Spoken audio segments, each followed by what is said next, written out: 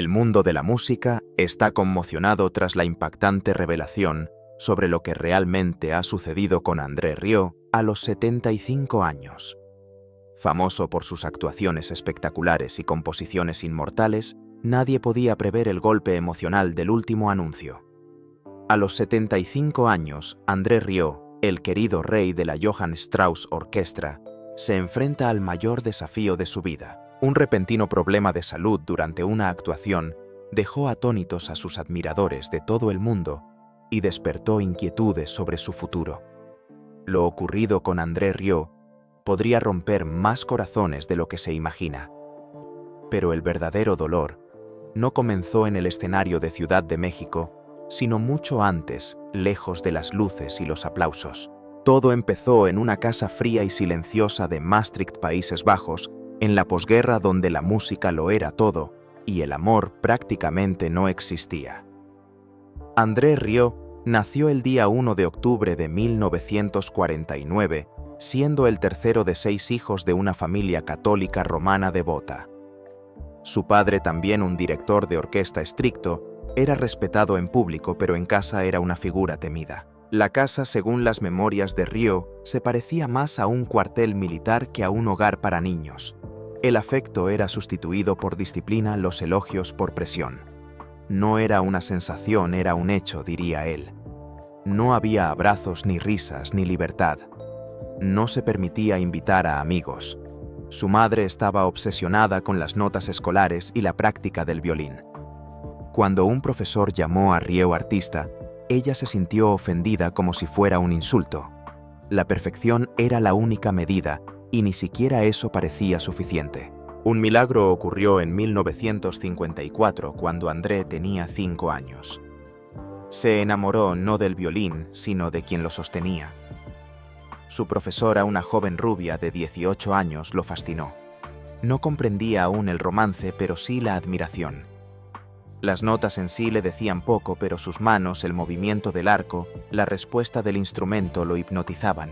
En pocas semanas, mientras sus compañeros luchaban con la técnica, André descubría la emoción en la música. No buscaba la perfección, quería sentir. La música finalmente le permitía eso, aunque también traía consigo una sombra. A comienzos de la década de 1960, las tensiones con su padre se intensificaron. La pasión de André por el vals y la música clásica ligera chocaba con la visión rígida de arte elevado de su padre.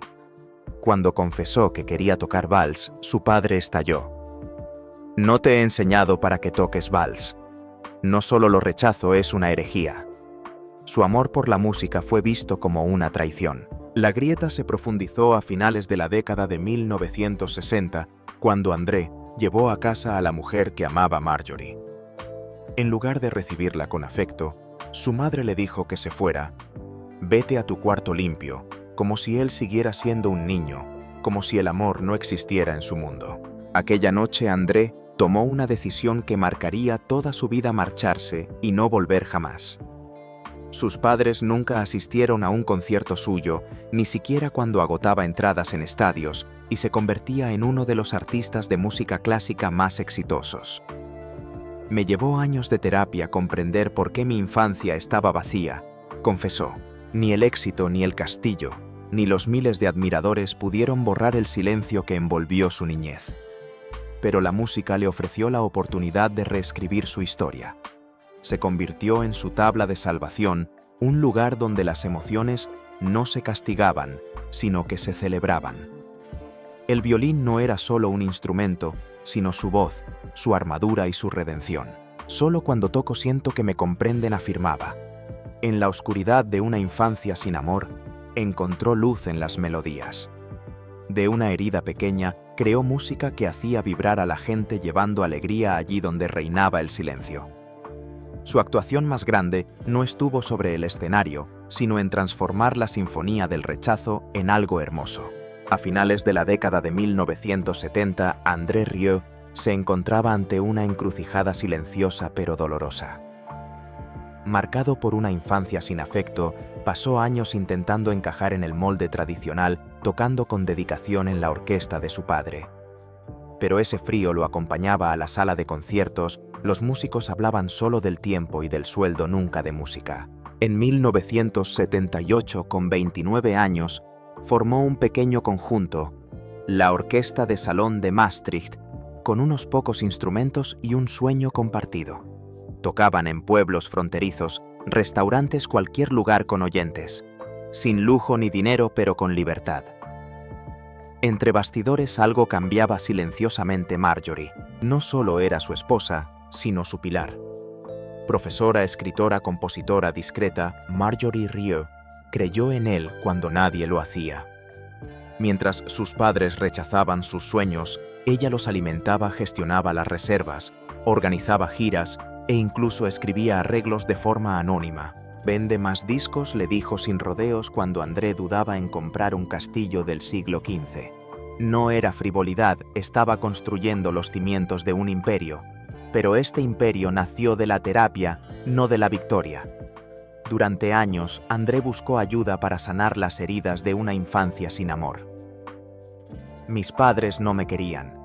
No es una sensación, es un hecho», afirmó. La terapia le ayudó a comprender el silencio, el frío y el vacío que lo habían moldeado. Pero sanar no era algo pasivo. Tenía que crear un mundo completamente distinto. En 1987 esa necesidad se transformó en acción. Con casi 40 años decidió poner fin a la Orquesta de Salón de Maastricht.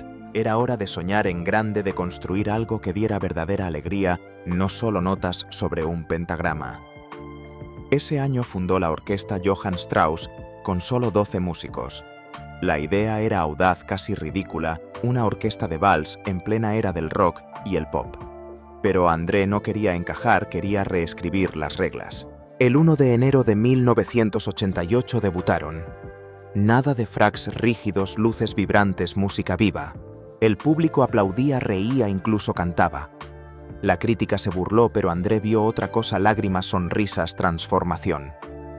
«No quiero impresionar a los expertos. Quiero conmover a las personas», declaró. El primer año tocaron en salas modestas con melodías de folclore clásico. La idea de una música como fiesta y no como ceremonia comenzó a germinar. Marjorie continuaba dirigiendo desde la sombra, moldeando el sonido y gestionando las finanzas. Terapia, música, amor, rebeldía, todo se fundía para dar forma a este experimento extraño y hermoso. Solo 7 años después, en 1995, un vals en un estadio convirtió a André Rieu en un fenómeno internacional. Pero desde los primeros días la misión estaba clara, la alegría era el objetivo. La orquesta no solo entretenía, también sanaba a él y a millones de oyentes. Antes de que el mundo viera a André transformar un estadio en salón de baile, pocos conocían la batalla silenciosa que había librado para llegar allí. Durante décadas luchó no solo por curar las heridas de su infancia, sino por demostrar que la emoción tenía cabida en la música clásica. Ese deseo estalló en 1995, cuando una actuación en El Descanso reescribió las reglas. Le llamaron payaso, impostor, traidor. Pero en mayo de 1995, André entró en un campo de fútbol y cambió la música clásica para siempre. Era la final de la Liga de Campeones de la UEFA en Viena. Ajax contra Bayern de Múnich, seguida por más de 300 millones de europeos. En El Descanso, Rieu y la Johann Strauss Orchestra salieron al campo y tocaron el vals número 2 de Shostakovich. En cuestión de segundos, todo el estadio, con más de 50.000 espectadores, comenzó a balancearse, tararear y aplaudir al compás. La tensión se transformó en un grandioso salón de baile. Los que nunca habían prestado atención a la música clásica se sintieron conmovidos. No fue solo una actuación, fue una explosión cultural. André recordaría después: el momento fue perfecto. Pocos días después vendió más de 200.000 copias de CD en solo una semana. El álbum Strauss & Company, publicado discretamente el año anterior, alcanzó rápidamente el número 1 en los Países Bajos, donde se mantuvo 19 semanas consecutivas. En total, el álbum vendió más de 3 millones de copias en todo el mundo. En Alemania llegó al top 5 de la música pop, algo antes impensable para la música clásica. En Australia, en Melbourne, 38.650 personas llenaron el Telstra Dome batiendo el récord del mayor concierto de música clásica jamás celebrado. En 3 actuaciones, casi 90.000 espectadores asistieron. Los DVD de Rieu ocuparon 8 de las 10 primeras posiciones en la lista australiana de DVD musicales, y solo Pink y AC/DC lograron romper ese dominio. El éxito fue arrollador, pero seguía siendo atacado por el sector tradicional. Un director de orquesta ridiculizó su actuación como pornografía musical. Otro dijo que había convertido un arte centenario en circo. Los vestidos brillantes, la explosión de emociones, los chistes, la iluminación elaborada. Nada de eso encajaba en la sala de conciertos seria. Pero a millones de admiradores no les importaba, compraban entradas. Acudían con la familia entera, se disfrazaban, bailaban y lloraban en sus asientos. Veían libertad, no falsedad. Rieu conectaba con el anhelo de emoción, alegría y belleza que la élite había olvidado hacía tiempo. La atmósfera solemne en los conciertos clásicos mantiene a la gente alejada. Con nosotros eso no existe, afirmó. En 2008, André hizo realidad su sueño: construir una réplica del Palacio de Schönbrunn de Viena, con fuentes, lámparas de araña, carruajes de caballos y llevarla de gira. La obra costó más de 30 millones de euros, dejando atónito al mundo de la música clásica. Pero para el público, fue pura magia. Para 2010, gracias a aquel momento inolvidable de 1995 y a todo lo que siguió, André Rieu no era solo un músico, se había convertido en un icono cultural viviente. Era un movimiento, una revolución con frac que bailaba el vals directamente en el corazón de millones de personas. Dijese lo que dijese la crítica, André Rieu había ganado. Para 2010 estaba en la cima de la fama mundial. Pero detrás de los valses brillantes y los estadios abarrotados, su cuerpo y su espíritu clamaban en silencio por descanso. Ese año la tragedia golpeó cuando contrajo un virus que dañó su oído interno. Puede parecer algo menor, pero para un violinista, el equilibrio y la orientación lo son todo. De repente André no podía caminar en línea recta, mucho menos actuar. Se vio obligado a cancelar una gira largamente esperada, una decisión que lo sumió en la desesperación. Para alguien orgulloso de no haber decepcionado nunca a su público, aquello fue como una traición.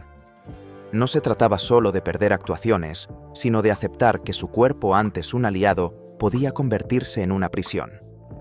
Admitió: fue la primera vez que tuve verdadero miedo de que todo pudiera terminar. Pero lo peor aún estaba por llegar. En diciembre de 2016, la gira navideña por el Reino Unido, que debía estar llena de alegría, se convirtió en otro golpe, esta vez al corazón. Ruud Merckx, trombonista veterano y amigo íntimo, murió repentinamente mientras dormía durante la gira en Leeds. Marjorie Rieu, su esposa y también violinista, estaba a su lado cuando ocurrió. André quedó destrozado. Canceló de inmediato el concierto en Nottingham y toda la gira. Londres, Birmingham, Glasgow. Todo se suspendió. Por primera vez André bajó la cabeza, no por enfermedad, sino por el dolor de la pérdida. Cuando él murió, sentí como si hubiera perdido a un hermano, dijo. La pérdida resonó en toda la orquesta, muchos de cuyos miembros llevaban más de 25 años junto a él. Aquella Navidad fue silenciosa, no por falta de música, sino por el duelo. Aún así, André continuó actuando. Subía al escenario con fiebre, exhausto, solo. Incluso en 2019, con una fuerte gripe, sonreía ante el público ocultando su dolor. Para André, la música no era solo un compromiso con los admiradores, sino también una responsabilidad con quienes compartían el escenario. Cada concierto cancelado significaba ingresos perdidos, seguidores decepcionados, un impulso interrumpido. Soportaba, pero ninguna resistencia pudo protegerlo de lo que ocurrió en marzo de 2024. Con 74 años, durante una gira en Ciudad de México, una ciudad alta y seca, André se desplomó entre bastidores tras la segunda actuación. Una combinación de desfase horario, mal de altura y una gripe feroz lo abatió, mareos, fiebre y, según sus propias palabras, la sensación de tener 100 años. Llamó a Marjorie conteniendo las lágrimas y confesó algo que nunca había dicho: no quería volver a empezar una gira así. Por primera vez en su vida, André canceló una gira entera. Más de 40.000 personas se quedaron sin verlo actuar. Ese colapso no fue solo físico, también simbólico. El rey invencible del vals mostraba por fin que era humano. Pero incluso en su momento de mayor debilidad, su espíritu no se quebró. No huyó, sino que se prometió a sí mismo no volver a castigarse de esa manera. Su hijo Pierre asumió en silencio cada vez más funciones entre bastidores, convirtiéndose en un gestor firme del calendario de giras. Nada de vuelos intercontinentales, nada de forzar el cuerpo contra la enfermedad. Solo Europa, más cerca de casa, más seguro. Pierre no solo dirigía la empresa, también protegía la salud de su padre. Fue un punto de inflexión para la carrera y el legado de André. En el momento de la debilidad encontró protección. En la caída encontró un abrazo. En el silencio tras los conciertos cancelados escuchó la música de la vida instándole a continuar, pero a su manera. La mayor prueba no estuvo en el escenario, sino en la época de la pandemia de la COVID-19, entre 2020 y 2021. Todos los conciertos se cancelaron. Todas las giras se pospusieron, su imperio global quedó paralizado. El silencio fue abrumador. Las consecuencias financieras desastrosas, decenas de millones de euros perdidos. Pero André se negó a despedir a nadie, siguió pagando los salarios de su propio bolsillo, cargando en silencio con el peso. Llegó a anunciar la venta de su amado violín Stradivarius, no para desprenderse de él, sino para protegerlo de una posible incautación en caso de quiebra. No podría soportar la idea de perderlo, pero aún menos la de dejar marchar a la gente que quiero, dijo. Durante el confinamiento se retiró a su castillo, componiendo en soledad, vertiendo en nuevas partituras sus miedos, esperanzas y tristezas. Este tiempo oscuro fue también un periodo de transformación. Por primera vez en décadas vivió más despacio. Reflexionó y se preparó para volver de forma más sabia, deliberada y humana. Cuando el mundo volvió a abrirse, no fue simplemente un regreso, fue un renacimiento. Ese renacimiento abrió un nuevo capítulo de sanación y reajuste. En 2022 y 2023, los conciertos de André Rieu adquirieron un tono más suave y profundo. Donde antes había deslumbrantes luces y suntuosidad escénica, ahora había cercanía, historias, recuerdos y gratitud. En una actuación en Viena se detuvo a mitad y dijo simplemente: «Cada nota que tocamos esta noche es una forma de dar las gracias porque sigáis aquí». El público no solo aplaudió, también lloró. La música ahora era una fiesta, pero también una oración. Cada melodía que brotaba de su violín llevaba consigo toda una vida de dolor, resistencia y elegancia. Siempre estaba Pierre detrás, gestionando todo el caos, protegiendo a su padre de cargas innecesarias, asegurando que cada nota sonara en paz. Ese mismo año, André recuperó discretamente el Stradivarius, que estuvo a punto de vender. No era solo un instrumento, era un símbolo de supervivencia. El castillo, que antes parecía una fortaleza de sueños, ahora era un refugio, el lugar donde seguía componiendo no para impresionar, sino para expresar. De las noches silenciosas de la pandemia, nació una nueva suite que se estrenó ante una multitud emocionada hasta las lágrimas en Maastricht. Aunque solía bromear sobre tocar durante 140 minutos, su sonrisa ahora llevaba la sabiduría de quien valora cada instante. Seguía en pie, seguía tocando. Para André la música no era solo interpretación, era la vida misma. En la tranquila ciudad de Maastricht, donde empezó la historia de André, ahora pasaba la mayor parte del tiempo dentro de los muros cubiertos de hiedra del castillo del siglo XV que él y Marjorie Rieu compraron en un viaje de vacaciones. No era solo su hogar, era el corazón de su imperio musical. Diseñado por el propio André, el castillo reflejaba su alma, la elegancia austríaca, el encanto bávaro y el romanticismo veneciano, entrelazados en un espacio de ensueño donde la música nunca se detenía. Desde el colapso entre bastidores en Ciudad de México, en marzo de 2024, su vida de giras globales cambió. Las giras intercontinentales quedaron atrás. Los conciertos ahora se celebraban sobre todo en Europa, cerca de casa. «Ya no tengo nada que demostrar», confesó. Lo importante era tocar con el corazón y vivir para sentir cada momento. Su vida diaria giraba ahora en torno a la salud, despertarse temprano, comer equilibradamente, hacer ejercicio ligero, llevar entrenador personal en las actuaciones. Un equipo médico lo supervisaba de cerca. Las cicatrices físicas y emocionales de tantos años en la carretera seguían ahí, pero en sus ojos no había amargura, solo paz. Marjorie, su compañera de vida y co-creadora silenciosa, seguía siendo la fuerza invisible. Había escrito muchas piezas para la orquesta sin buscar jamás reconocimiento. Su espíritu vivía en la música. André dijo una vez: «Nuestro vínculo es evidente no solo en la música, sino en todas las decisiones». Fue Marjorie quien me dijo cuando el contable llamó desde el viejo castillo de Maastricht que vendiera más discos, y la hice caso. Pierre, su hijo, no solo gestionaba, sino que protegía a su padre del estrés de los bastidores. Cada lugar y fecha de gira pasaba por las manos cuidadosas de Pierre, razón por la cual André podía seguir subiendo al escenario con confianza, violín en mano. Y estaba Daisy, su nieta de 9 años, sentada al piano durante los ensayos con la orquesta. No era un truco publicitario, era el legado en movimiento. André y Marjorie nunca obligaron a la siguiente generación a brillar. Simplemente dejaron la puerta abierta para que la música los llamara. Aunque ya era mayor, André mantenía una productividad asombrosa. El calendario era más corto, pero la pasión no cambiaba. Publicaba álbumes, arreglaba para mercados internacionales, sorprendía a su equipo con ensayos improvisados en el castillo.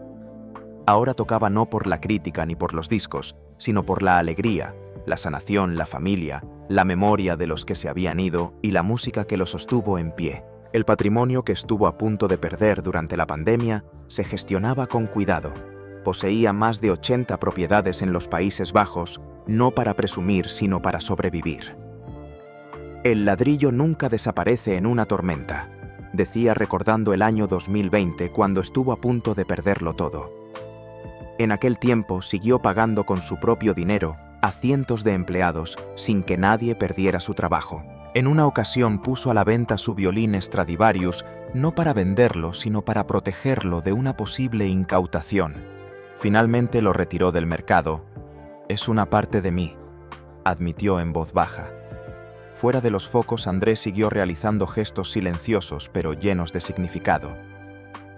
Cuando en el año 2019 un grupo de músicos con discapacidad perdió sus instrumentos, él los sustituyó uno por uno con un coste cercano a los 20.000 euros sin publicidad alguna. Cuando la Catedral de Notre Dame se incendió, André Rieu donó discretamente 700 toneladas de acero para apoyar su restauración. Estos gestos nunca se anunciaron en prensa ni en redes sociales. Simplemente se llevaron a cabo. El André de hoy ya no es el hombre que luchaba por demostrar que el vals merecía la atención del mundo. Ya no necesita convencer a nadie. Lo ha logrado y mucho más. Ahora cada concierto es un homenaje al amor, al dolor, a la música y a la vida. La serie de conciertos de Maastricht del año 2025 podría ser la última vez que aparezca en un escenario internacional. Si así fuera, sería el lugar donde comenzó y donde terminará su viaje. Todavía bromea: «Tocaré música hasta los 140 años». Pero ese brillo en sus ojos revela humildad más que arrogancia. Sabe que su tiempo es más valioso que cualquier otra cosa. Cada nota que interpreta es un profundo agradecimiento a la vida que ha construido, a la familia que siempre le ha acompañado y al público que nunca ha dejado de escucharle. Quizá en las últimas vibraciones de un vals, el mundo no solo escuche música, sino también los latidos del corazón de un hombre que lo dio todo solo para recibirlo multiplicado por 10. Con el verano de 2025 acercándose, Maastricht se prepara para recibir de nuevo al maestro en casa. El escenario se levanta no solo para un concierto, sino quizá para una despedida silenciosa envuelta en música y recuerdos. Los aficionados de todo el mundo esperan con entusiasmo, listos para presenciar una actuación grandiosa que podría ser la última de André Rieu. No habrá anuncios lacrimógenos ni dramatismo, solo música. Si este es el final, será tal como él siempre lo ha deseado, con melodía, no con palabras. La historia de André nunca ha sido sobre aplausos, ha sido sobre conexión. Si el violín calla después de esta interpretación, no será un fracaso sino plenitud. Una vida vivida en el clímax, un corazón que ha encontrado su armonía. Si su música alguna vez te ha conmovido, te ha hecho sonreír, llorar o recordar un amor o una pérdida, ahora es el momento de dar las gracias. Comparte esta historia, envíale tu cariño, porque en cada nota que aún resuena, André Rieu sigue escuchando.